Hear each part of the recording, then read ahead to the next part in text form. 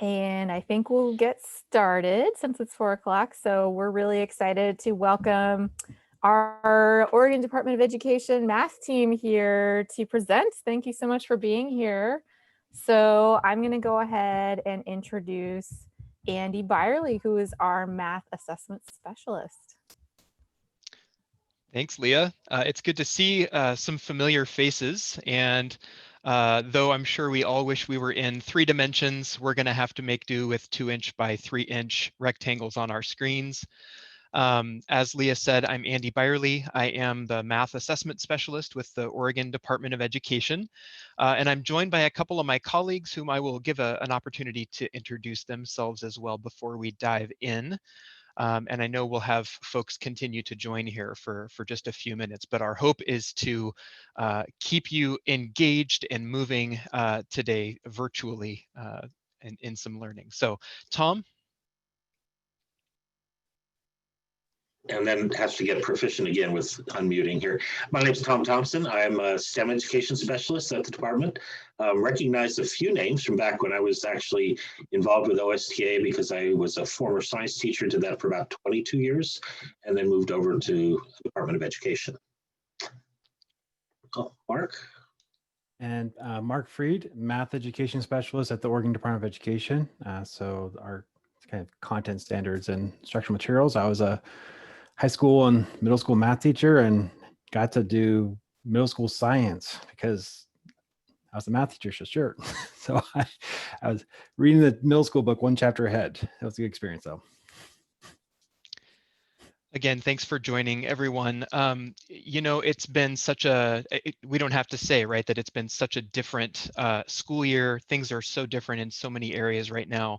And I just want to say right up front that on behalf of all of us at the Oregon Department of Education, those of us with children that are benefiting from the teaching and learning that's happening right now, we just have such deep appreciation for the work that is going on from the district level coordination to the long hours that educators are putting in. And so deep appreciation to each and every one of you.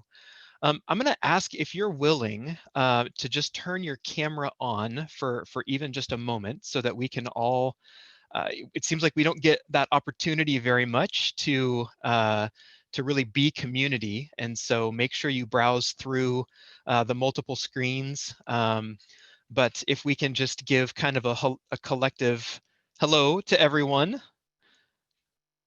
Oh, that's awesome. That's awesome. All right, and if you want to turn your camera off now, again, that's awesome. We also invite you to keep it on just because it is kind of fun. So welcome. We are very excited to be joining you. Tom mentioned a little bit of his background, mine as well. Even though I'm on the math team, I have taught more science in my teaching career, but this is year 14, and I love thinking about the connections between the different content areas that we have for so long siloed. And so it is just an honor to be here with you today to share a little bit of our passion around data science. And so I'm going to share my screen and we'll get going here.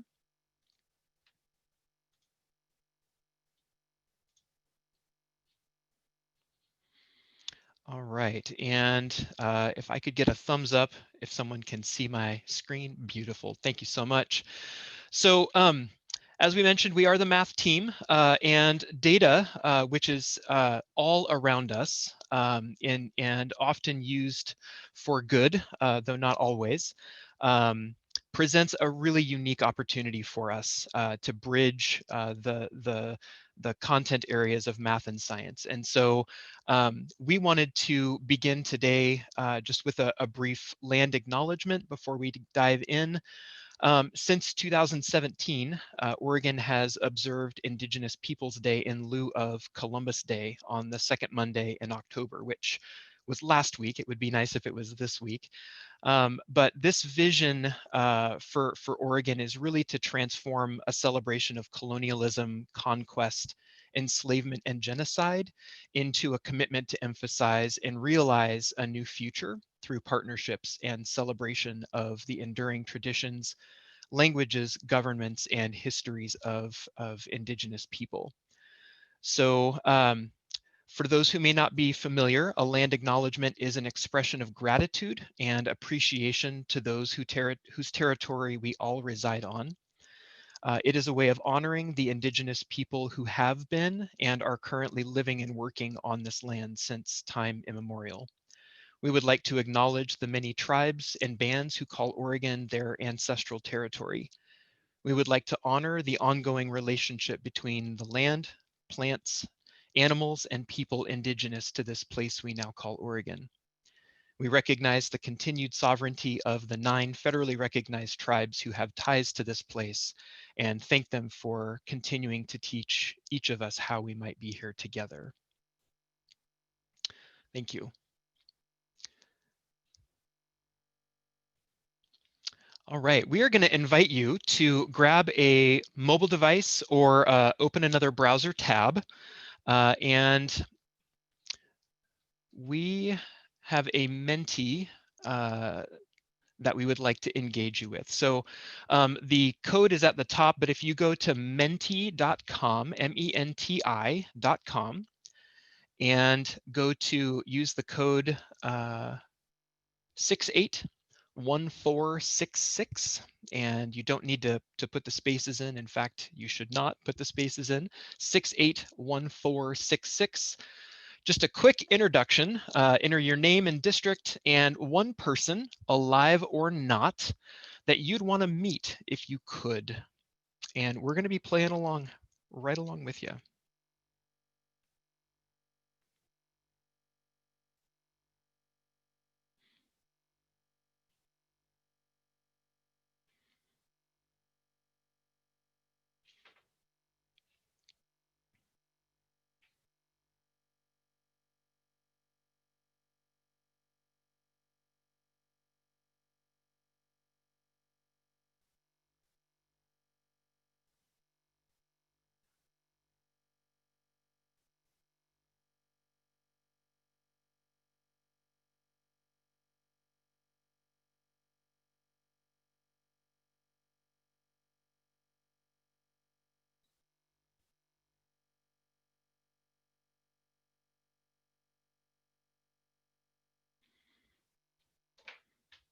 All right, it's fun to see names pop up here. Patty joining from Alaska. That's awesome.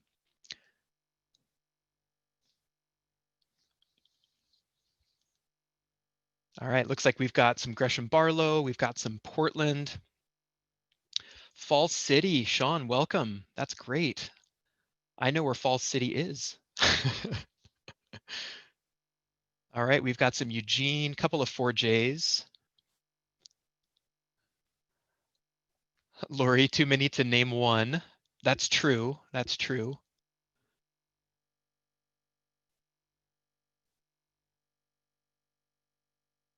All right, again, it's just nice to see this sense of community. So thanks for introducing yourself. We'll give just a couple more seconds here to allow any last entries. And then we're going to ask you another question. And this one, you're going to notice 3 different fields to submit on your Menti. I'm going to go ahead and go forward. Here we go. Oh, I'm sorry. We did have a couple more questions here just about grade. So go ahead and enter the grade band that you primarily work with.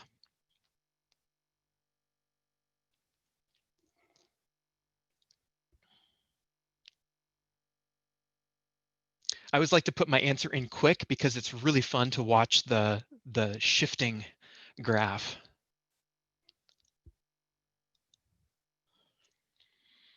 All right, we've got a couple elementary folks. We've got a majority secondary and a few that are K-12. So it looks like overall we're bending a little bit to the secondary side. Okay, perfect, perfect.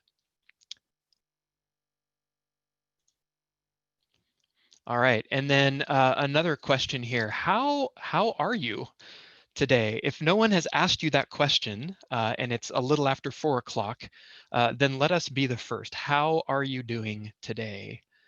We're midweek. It's Blur's Day. Who knows how it got to be this late in October already? How are you?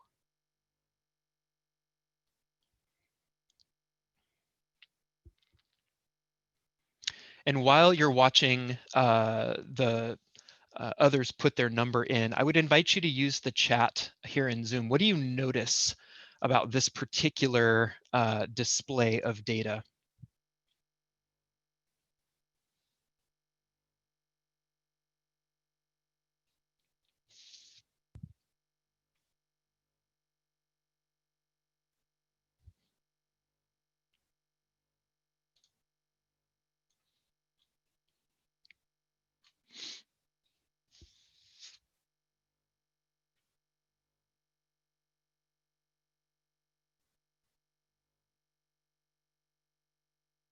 An optimistic bell curve, I like that.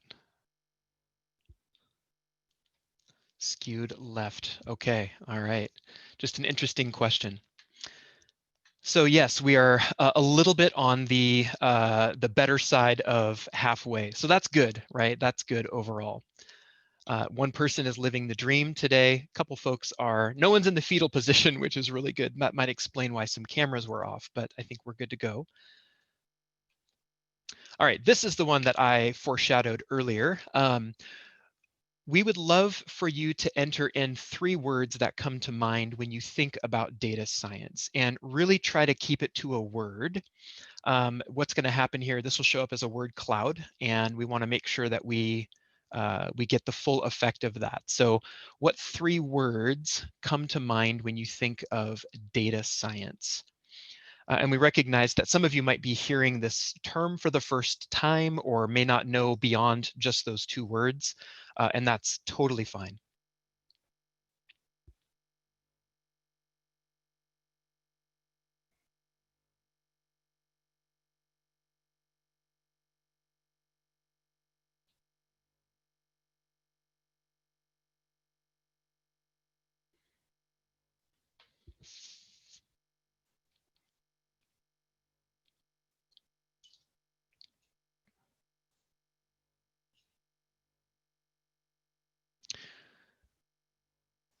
Perfect. We'll wait for just a couple more folks to get their words in here. I will say though that we'll follow up with Leah sharing the results of the Menti slides so that you can have this word cloud as it may be useful for you.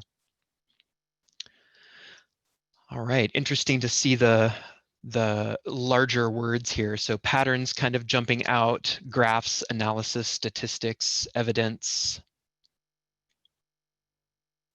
It's really interesting. We're drawn to the big words, but it's really interesting to see the smaller ones that may not have gotten a double vote here. So pandas, for one, I'm really interested in pandas.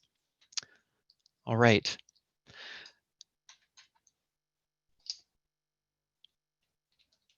I'm gonna pop back over to our slides now.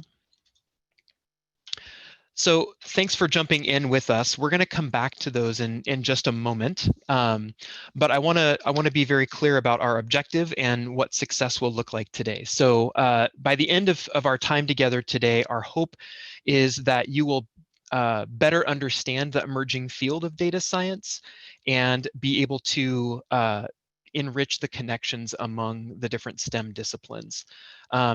And again, whether you are primarily secondary in focus, whether you are primarily elementary in focus, there is a growing number of practitioners that are playing in the data science area. And we hope that you will walk away from with something today that you can use even tomorrow. All right, what does success look like? First of all, our hope is that everyone will experience a data science concept through a data talk. We will explore a definition of data science and connect it with your experience as a STEM educator. We're going to consider and integrate the messages of national advocates from both math and science, and we'll share some direct quotes with you here in a little bit. And then we're going to ask you to think about and select a data science resource that you can utilize as a next step in your own learning journey. So these are what success look like today. We're going to ask you for how well those success criteria were met with just a short Google form at the end. So before I turn it over to one of my co-presenters here today, I just want you to think about what number would go in this box here. 90% of the world's data was created in the last how many years? And you could even put that in the chat if you're feeling particularly brave.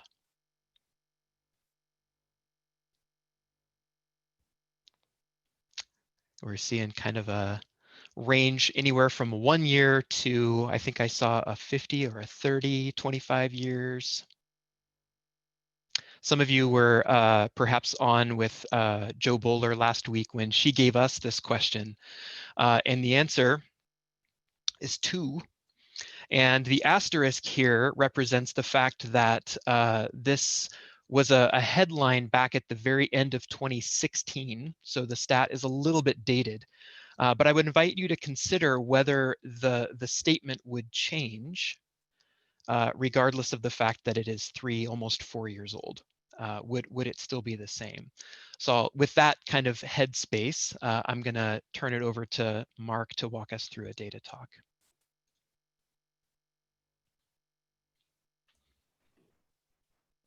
Thanks, Andy. Am I presenting now, or are you going to be? You can go ahead and share your screen, or I'm happy to do that for you if that would be easier. Let me go ahead and share my screen then.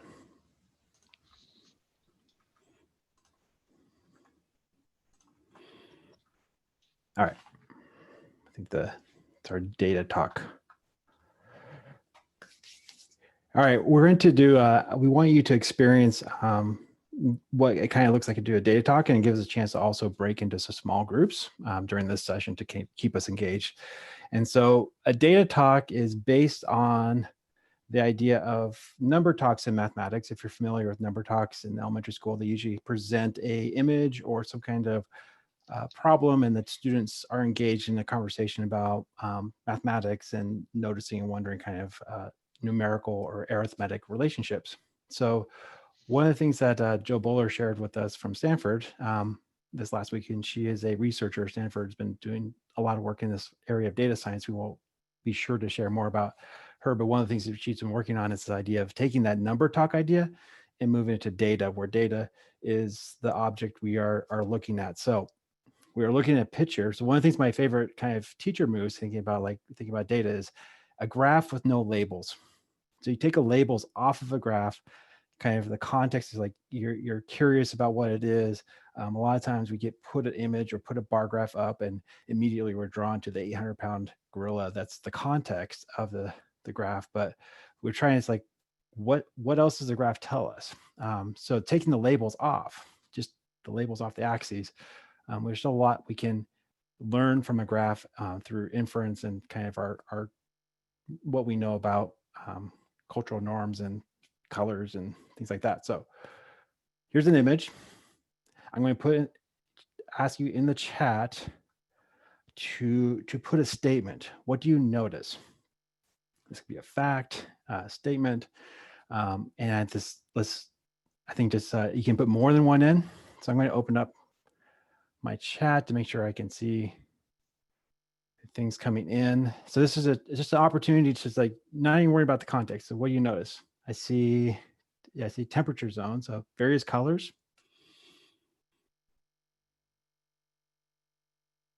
There's more than one color.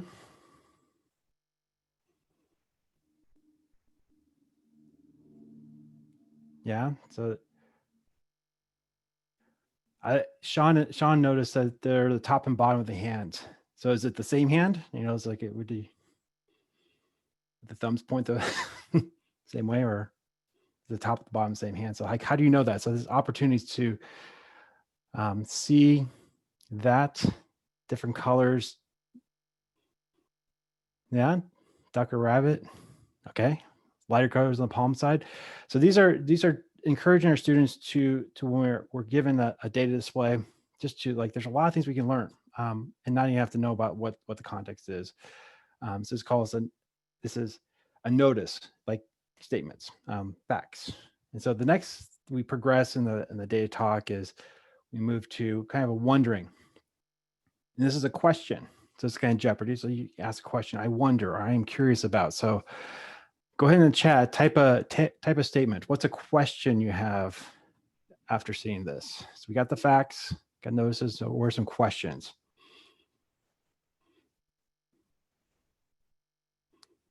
I wonder what the colors mean.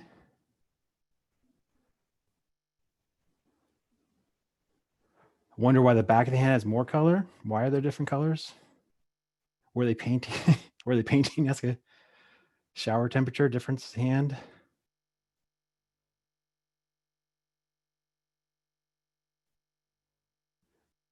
Why don't the color zones match?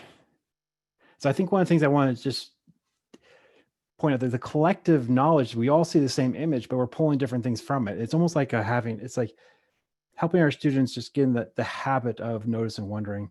And I think in English language arts, we talk about like sentence frames, helping structure our students to be able to create sentence frames, to especially our English language learners are from different cultures. So I think just giving an opportunity for kids to bring their perspective, their culture, their lens to this is great. And also then it helps those who, just naming things like their hands, like, okay, they're red. Maybe what does red mean?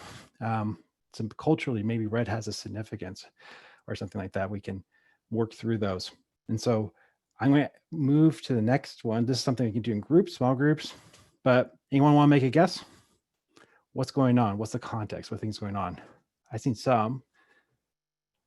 So making predictions.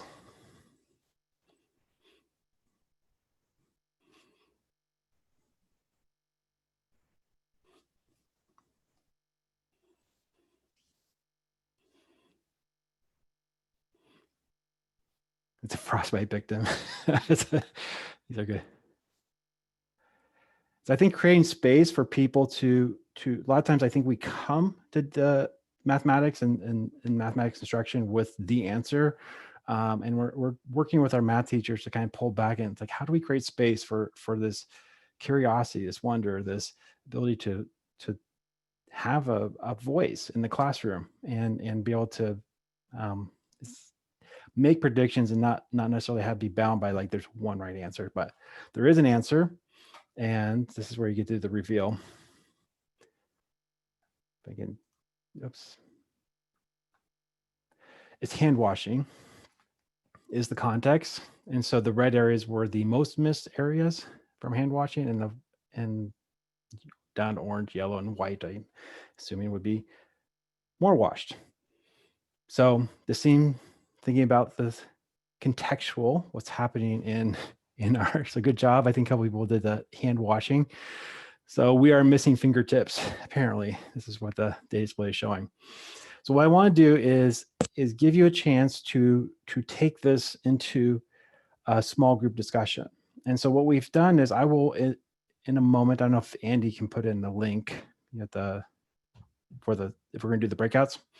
Okay, so Andy will go and put the link to the slideshow in here. And what we want to do is we have set up slides for breakout groups. And what we want you to do in your breakout group is someone be a recorder. So someone's typing, someone can be ready to share out with a large group when we come back together. But the questions we're going to have, I'm going to show you. So when you have the slideshow, it will be color coded. So we'll have different groups. And so whatever group you're assigned to, if you're grouped 1, you can go to group 1, group 2, and you can kind of see your group. And so this should be editable in the link. So you can jump to that slide. And once you're assigned to the group, so one thing I've learned in Zoom is make sure everyone is into the document and know the instructions before we do breakouts, because you lose everybody for a second. So go ahead and click in this and make sure you get in. But the questions you are going to ask is, what you notice, what you wonder. So this can be what additional noticings or what additional wonderings you have now that you know the context. So we have all these facts that we've listed, so we're going to add to that list so you don't have to repeat those. If you had to make a headline for the graph, what would it be? So make a headline like a newspaper claim. So this is kind of your student hat we're asking you to do, to kind of experience a data talk from a student. So we're inviting you into that kind of experience. The right-hand column, I would like you to put your teacher hat on, thinking about what extensions could you see for this type of activity? Is there teachers in your school that you could collaborate with? Are there activities or kind of like it's more than just a homework assignment? It's something that actually is like we could actually do something as a school or as a community. I encourage you to think about where could you take this type of activity go in your school. So kind of your teacher hat is that right-hand column. So we're going to put you in groups of, I don't know, 4 or 5. I don't know how many people are in here. 3 or 4. 3 or 4? Okay. Yeah, we'll do groups of 3 or 4, and we're gonna, just because of time, we wanna make sure that we have enough time to debrief this. Let's do breakouts for 5 minutes. I know that's gonna fly by, but if you're in an even numbered breakout group, why don't you focus on the right-hand side? And if you're in an odd numbered breakout group, focus on the left-hand side. So that way, if you have to prioritize, we'll at least have some groups that have collectively will have gotten to the entire thing. Okay. Feel free to chat during the breakout session as well. We'll pop in and kind of see what the dialogue is. So have fun, everybody. All right, I'm gonna open up the rooms and you're gonna get sent in automatically. So, whoa, here we go.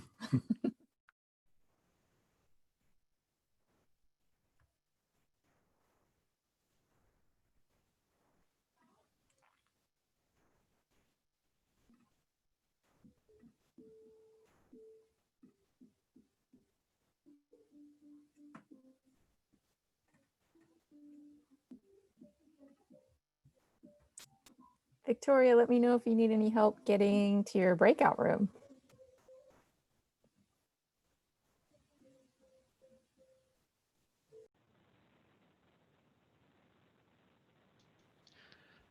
So 5 minutes, I knew that was going to fly by. I know that some of us were cut off mid-sentence, but hopefully you had a chance to engage around this particular data display.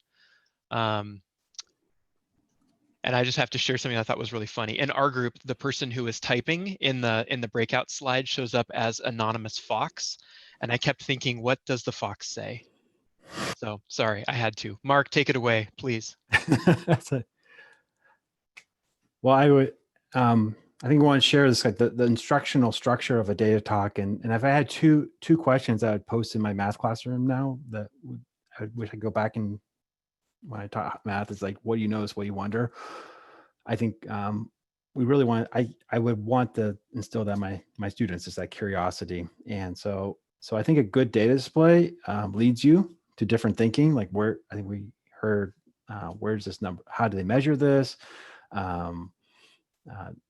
Maybe it's a replication. Could we replicate this in our classrooms? Is this like a hand washing campaign we can do in our school? So I think I get excited about data when it's more than just, you know, put B on your kind of your worksheet and you're done and you don't think about it anymore. But if it compels, like I want to think about this more and it keeps me up at night or something like that. That's a good context, good data display. So it's one of my favorite teacher moves now is that graphs without labels to just give people a chance to make sense of data. So I don't know. I'm looking at the headlines. Don't forget your thumb. A different kind of rainbow. Yeah. So I think part of this too, I think is we've been using this structure just of breakout rooms to kind of facilitate our online meetings as well. So I kind of like using slides as a place for students to type and think. And also as a teacher, you can see everything too that's happening at the same time. So Mark, I wonder, you probably were going to ask this. I'm just curious about some of the extensions that folks see. So one thing that we hoped you would see front and center were the presence of the science and engineering practices, right? And for those that are familiar with the standards for mathematical practice, those are really featured here too.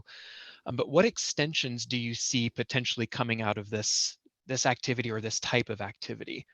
And I wonder if we could have maybe two folks just quickly unmute and put voice to that.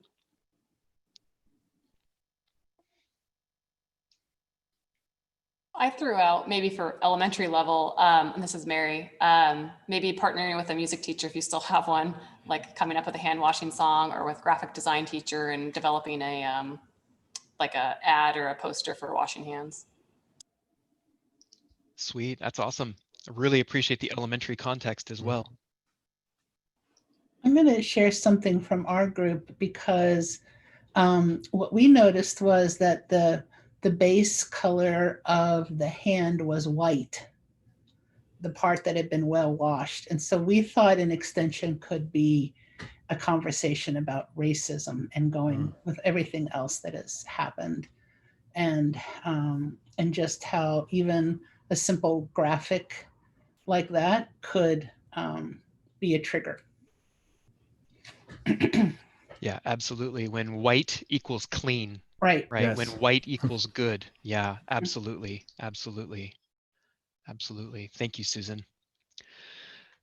So we're gonna, I would love to hear so much more, but we're gonna keep moving here in the interest of time. And Am I presenting? Is that I think you still are, yeah. if I get the right? We just can't get enough of you, Mark. I know, apparently. No. All right, let me share my screen. So one of the things we want to share is a conceptualization of data science that I've been thinking about recently, and we've been sharing as a math team. When we say data science, when we think about that, there's certainly an element of statistics. We saw that on the word cloud, and statistics to me is a study within mathematics. So, statistics is to mathematics like biology is to science. It's like there is it's a specialization within mathematics, dealing with large data sets and variability that we work with. And then also this idea of computer science or computers, I think the computational technology, the ability to handle large data, to create visualizations like we just did with the word cloud, that element of computer science on top of statistics, and is getting closer to this idea of data science. But there was one other circle that I like thinking about, was this idea of context. I was thinking like, when there's no context, was what we fall in the trap a lot of times in when I was teaching high school math, was just math to do for math's sake. And so what was the context? Where does that come from? But when you actually have a context, like it's hand washing, how that changes the conversation, like this actually means something to me, and I actually could see the use of this is really powerful. And we're proposing in our conversation, when we talk about data science, it's kind of getting at the center of that Venn diagram. So when you have all these things working together, you have is the study of data science. So example of data science could be like a word cloud, like we just did. This is a word cloud that we're doing review and revision for high school standards. So I posed a question to our high school teachers. We went around the state and asked them, what's math? And this was the word cloud we came up with. And so in here, there's statistics, because you have words, we have frequency tables, we have, and we have to use computers. Computers are taking those frequency tables and creating a graphic, making the numbers larger and smaller, but there's always a context. In this case, the context was high school teachers trying to communicate what they thought math was in high school. And what I find interesting when we see this, all three come together, and you notice things like factoring trinomials is not on here.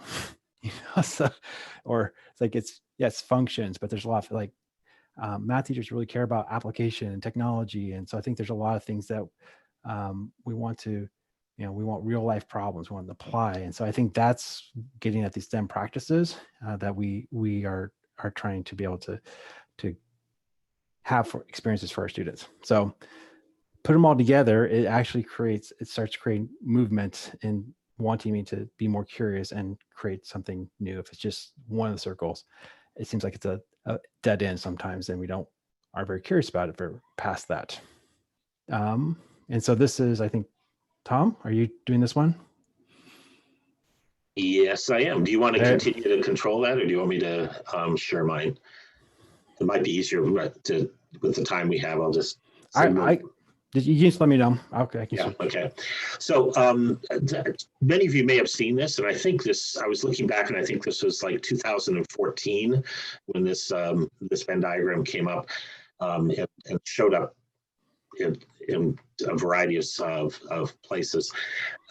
What is interesting to me when I look at this diagram is that what's on it and what's not, and where things are. We're going to spend a minute to kind of think about it in relationship to the data science. But we have at one point in the center of all these pieces, we have the math practices, we have some of the science practice. I think there is a different terminology being used today, and then English language arts. When I look at this too, I start looking to the outside, and I see that there are some things that are maybe a little bit different now than what it was in 2014. As we work through mathematics and we start thinking about mathematical modeling, begin to wonder, for example, how is that different than asking questions and defining problems? Because mathematical modeling really involves that. And so some ways that this convergence in math and science is changing over time, at least the way I think of these things. We're going to do a little Mentimeter activity, thinking about the data display that you saw, thinking about some of the other data displays that you've seen. And I'm going to turn it over to Andy to run that, to think about where data science is in this. So. Yeah, so we chose the all ever familiar Venn diagram because we knew it would be a common anchor between us that we can all ground ourselves in. So as we think about where data talks would go specifically, what Mark walked us through, where would you put those in within the intersections on the Venn diagram? So take a moment to return to your mobile device or to your browser tab, and there's a Menti question waiting for you. Where would you put data talks in those intersections?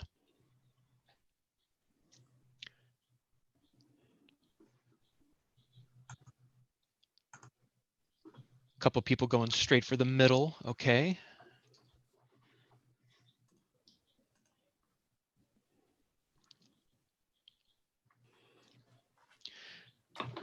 And spoiler alert, we've chosen several of the different ways of displaying data within Mentimeter because it does make the story a little more interesting, right? If you share your screen, Andy, I think we can see the Mentimeter then. Y'all were gonna let me just keep going, talking like a crazy guy. It looks great. Anybody got their Zoom bingo card? Guy who doesn't share his screen when he thinks he does. Okay. That's better. And somebody was having shut theirs down, so the code's now at the top. Yeah, apologies for that. It should be at the top of the screen again. So now it might make more sense to see the different displays of data. So interesting that many people jumped straight into the intersection of them all. I do want to underscore, I put in the chat earlier that one of the best parts of a data talk or a number talk is that it features almost 100% student voice. And we can really privilege our students' thinking, make them authors of the conversation. There's a real sense of agency in that, right? As we know. So it's good to see that ELA is in there as well. Okay. So one more Menti question, and that is, how might a student response to a data talk be different in a science class versus a math class? If you think about, facilitating something like this, what might you expect to hear differently from students in a science context versus a math context, or a science class versus a math class?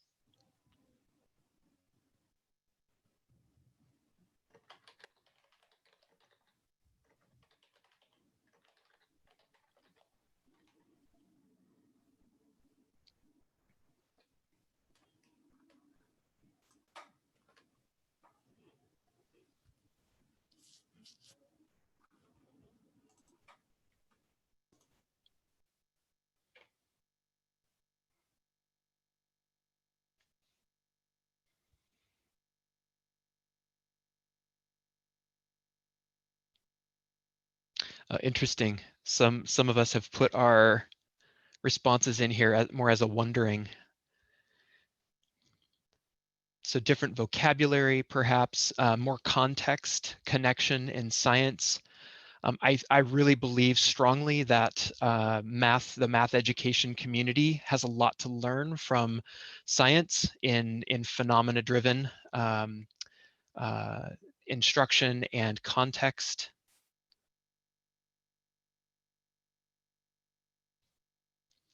Okay, interesting.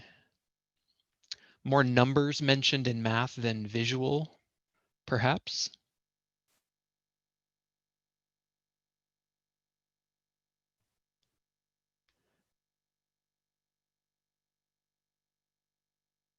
I'm watching a few more scroll by here. Science classes can bring out more description, qualitative versus quantitative. Okay, okay.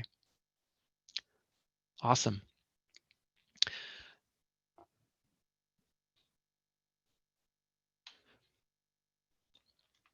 All right, Tom, do you want me to keep driving since I've already shared my screen? I think that would be easier, then we wouldn't waste time transferring. You got over. it. Yeah.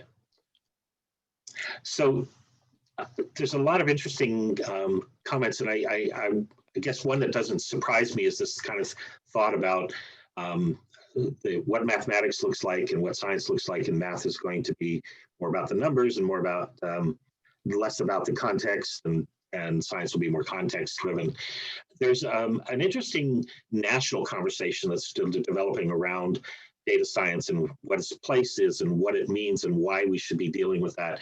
So we have two people who are prominent in this conversation, one from the math community, math education community, one from the science education community. I'll give you a second to read those quotes, and I'll just pause for a second to let you do that.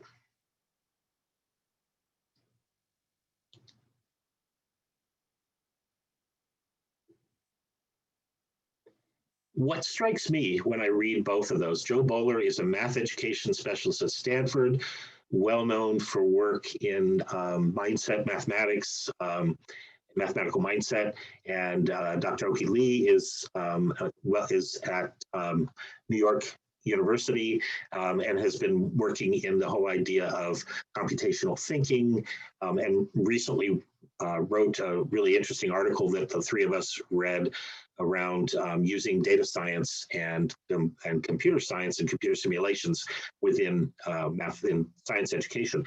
But even though they're coming from sort of two different disciplines in education, two different disciplines, which you think might reflect some of the conversations that went on in the Mentimeter, if you look at those quotes, they're very similar.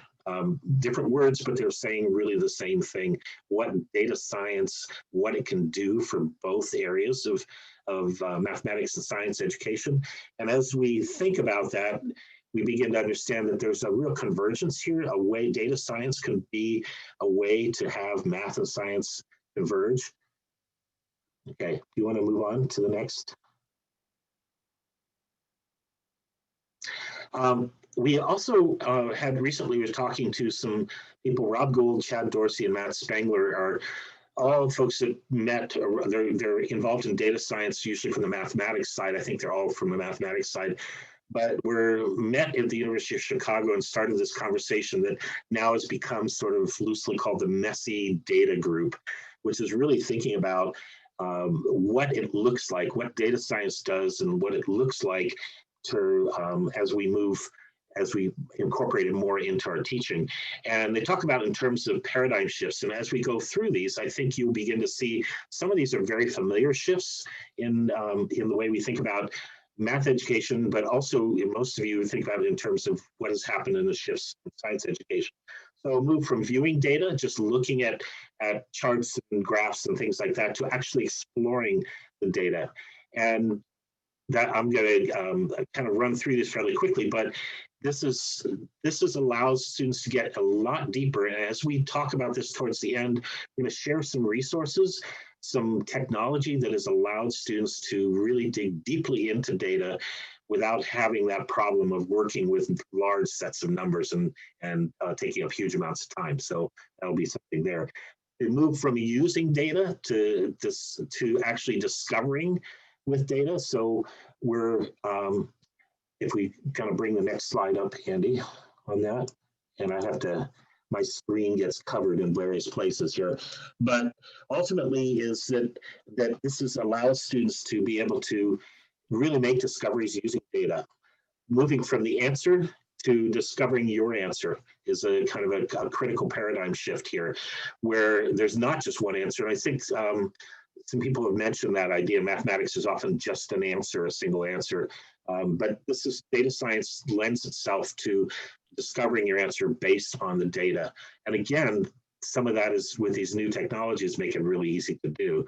And then finally, from data recipes. So I think of this in terms of the, I used to do as a science teacher, you have a set of data, you're supposed to create a graph, it has these axes. It's like, there's this whole series of things that you do with data, to moving to real investigations with data, actually digging into the data. What does it mean? Not how to simply put it into a chart or a graph, but dig into it deeply. That's a fairly significant shift in instruction, but data education is making that shift and can really help us, I think, push us in a direction that really brings together some of that creative thinking that happens in science and what we're trying to do in mathematics. Okay. Yeah, and I'm kind of looking at the chat here too. I know that Dr. O'Keeley has a pretty long-standing relationship with OSTA, Mm-hmm. so I'm thrilled that she was able to facilitate a session during the conference a couple weeks ago, and that she's on tap next month. That's really nice. Mm-hmm. It was about data science. Yep. Nice. Exactly. Nice. And I think just go ahead, Mark. So just to explain real quickly what this graph is, it's like, it's very messy, but it's an example, I think, of the shift to data science that Tom talked about, from exploring to just viewing, or just, and what this was my work. I was trying to do high school pathways and trying to figure out like how many students actually are in this algebra, geometry, algebra 2 pathway. It's real easy to just say, like, we can say this many students take algebra 1 or 2. So what I was interested in exploring was following a student from 8th grade to 11th grade and creating a story, and kind of discovering, like, what's our path of our students, what's the chance they're going to get. So discovering probabilities. I didn't really have an answer going into it, but I kind of discovered this and trying to discover this visualization.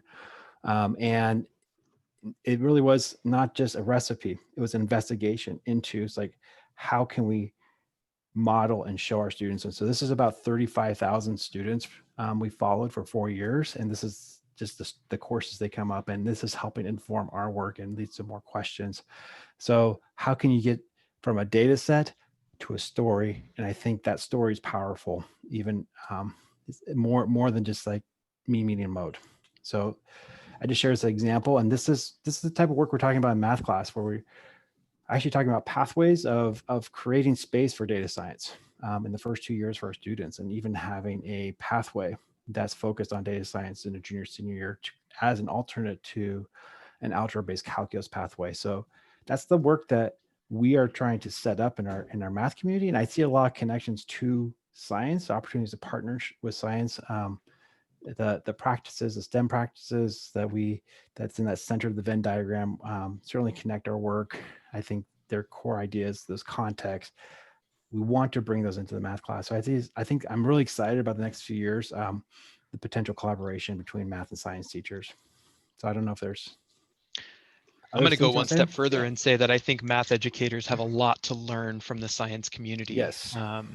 because of the focus on observations, questions, understanding phenomena, pulling, using big ideas, right, to make sense of the world. We need to see more of that in mathematics. So it's a little ironic that the math team is coming to the science community talking about data science, yet at the same time, we want you to know that this is very much a national conversation right now, particularly at the high school level, in providing greater access to this in a curriculum. And so what we're showing here is that what we're working on, what the effort that Mark is leading is really focused on reframing high school, a core part of the high school, a student's high school work around data science, and then some pathways that districts could and schools can create courses that continue that. And just so if you ever hear the term 2+1 courses, that's what we're referring to. It's a core 2 credits for all students in mathematics, and +1 is a specialized course. So trying to challenge assumptions around algebra, geometry, algebra 2. So we have about 5 minutes left in this, and what we wanted to do is share some interesting things that are resources that are out there related to data science that you might think about. And I would appreciate the conversation. I think it was the chat from Patty talking about the Math Science Conference and focusing on leveraging learning and equity through STEAM. And what are the places that with these resources, how do these fit into it? This first resource, Mark, did you want to say something about this, or do we want to race through these fairly quickly? I think since folks have the slides, we can just quickly touch on each one. Yeah, let's go through the resources. Okay. Yeah. So we just had included that first one around COVID because obviously this is part of our global context right now. But it's the power of modeling is another heavy topic in the math community right now, and it's one that we know that science can teach us a lot about. Data talks, if you're interested in trying a data talk, the link in the orange box there will take you to a treasure trove on the UCubed data science site. So Jo Bowler, we mentioned her earlier for those who aren't familiar with her work. She's a co-founder of the UCubed site, which is recently expanded into data science. Also through UCubed are some lessons that take a deeper dive into data science. And part of that first tile there is the 21st Century Teaching and Learning course. So for those who may have heard the Freakonomics episode a couple months ago, where she and Steve Levitt were having a back and forth conversation, this is the work that has come out of that collaboration. And then Tom mentioned that Messy Data Coalition earlier as well. One of our favorites, and I know Mark uses this a lot, what's going on in this graph. So every week, the New York Times publishes a graph, some sort of visualization that is very provocative, and the questions that one can ask are amazing. And so that's one resource that's literally ready to go. In fact, this one has today's date on it. There's an initiative out of the UK called Makeover Monday, and it is kind of a challenge. I think it started on Twitter, where the challenge was to come up with a way to display data that made it super interesting. So taking the same set of data and working with that to display it in different ways. And so it's just kind of been something that has built over time. So there's actually a book of these visualizations that you can buy on Amazon. We have recently come into a pretty close relationship with the Concord Consortium. Tom has really opened that door for us. The 21st Century Teaching and Learning course and the UCubed data science course use the CODAP tool, and it's basically it and Tuva are very similar for folks who have seen that. It's basically a quick way to visualize data. You literally can drag and drop the column headers here into a graph, and it will automatically visualize those for you. So again, easy integration. It works across multiple platforms, completely free, will always be free. I think and there's a short video in here too that we would invite you to watch. I know we don't have time for it today. Tom, did you want to add something? Yeah, I just wanted to add one of the things that's interesting about the Code app and Tuva resources is that it moves us away from the questions about, well, how do I get my kids to be able to use Excel or Google Sheets or something like that? This is so intuitive and so simple. And if you watch the video, you can drag data right into Code app from where, as long as you have it in some sort of spreadsheet, you can just drag it right in and start creating interesting ways to look at that data and have students explore it. Yeah, thanks, Tom. And then Tuva works very similar. So here is, this is a fun one. I like this. I was playing around with the periodic table yesterday, and just what a way to understand a linear relationship, right, between atomic number and atomic mass. So Tuva, the one caveat there is it's a freemium app. So there is a for pay part that unlocks a lot of lessons, but those are ready to go. So we are right at the top of the hour. We can't thank you enough for allowing us the privilege of joining you today. So Leah, thank you for reaching out. I want to again honor the work of our science team. Many of you know Jamie Rummage, Deb Bailey, and Noelle Gorbett, who were awesome collaborators in this work. Invite you to reach out to any of us at any point in time, and we love to continue to hear the amazing work that is happening in your virtual classrooms. There is a link up here on the top of the screen, that bit.ly, and we'll put that in the chat as well.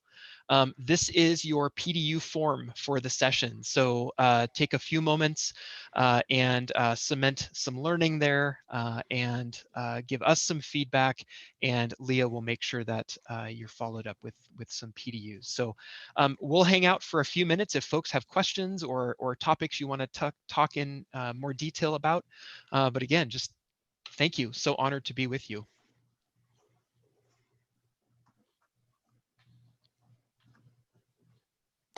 Thank you. Thanks so much for presenting. That was awesome. I'm definitely going to explore some of those resources that you shared. Thanks from Alaska. We'll be sharing this with the conference people and others.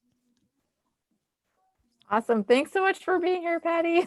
Yeah. I'm Yes, nice to excited that meet you, our Patty. conference has resulted in a lot of interstate collaboration, which is really cool. Yeah. See you here, Patty. Yeah. Thank you guys. We'll be in touch some more. Bye. We were talking about 3:45 or so about how fun it would be to have a map and to put a pin in the map where we're all coming from, right? Kind of like a GIS display of some sort. I wouldn't have thought to include Alaska, so that's awesome. Yeah. Well, we're in that little hangy down part anyway, the panhandle. So. Like that, the hangy down part. And we're actually as locked in as the islands now, even though we are connected by a road, but we're locked out of Canada. So we can drive 40 miles to the border and then turn around. Wow. Oh, wow. I Were you didn't impacted think by the about that. earthquake at all, Patty? No, it was far enough over, but I guess some people were paying attention for the tsunami, but nothing really happened. Okay. And we didn't feel the shake. So, Well, all the best to you. yep, thanks. And to you all. Stay Thank well. you. Okay, bye. Yes, be on the lookout. I'm still working out with Dr. Lee what the topic's going to be for next month, but I will be emailing all of you with more information as soon as we set it up.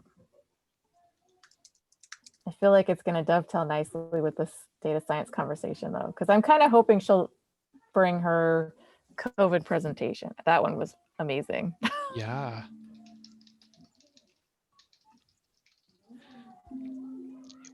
We'll be sure to join as well. That sounds awesome.